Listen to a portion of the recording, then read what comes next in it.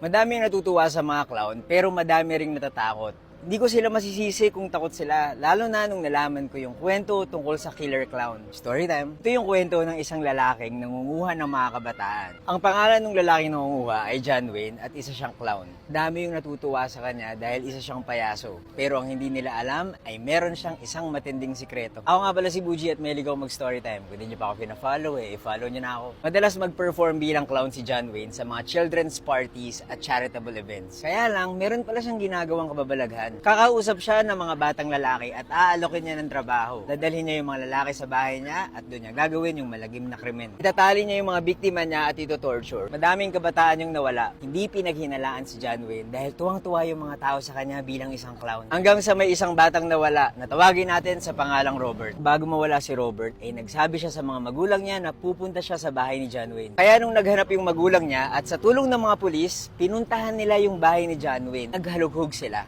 Hindi nila nakita si Robert doon, pero mas malagim yung nakita ng mga pulis. Nakakita sila ng sobrang daming patay na katawan ng mga lalaki. 26 dead bodies sa crawl space ng bahay ni John Wayne. Merong 3 pa sa ibang parte ng bahay, 4 naman yung nakita sa kalapit na ilog. Isa na doon yung katawan ni Robert. Nakulong si John Wayne at pinatawan siya ng death sentence. Nangyari ito sa Chicago noong 70s. Huwag kayong matakot dahil hindi ito nangyari sa Pilipinas at walang nagpapatunay na merong killer clown dito sa atin.